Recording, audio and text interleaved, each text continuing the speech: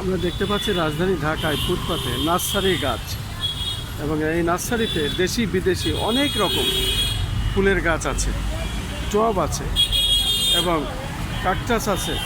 বিভিন্ন ধরনের গাছ এবং ফুলে ফুলে সাজানো, সৌন্দর্য বৃদ্ধির জন্য সমস্ত কিছু। এবং আমরা দেখতে পাচ্ছি মানি প্লান্টসের গাছও আছে এখানে, সব ধরনেরই দেশি বিদেশি অনেক রকম প্রজাতির গাছ দেখতে পাচ্ছি।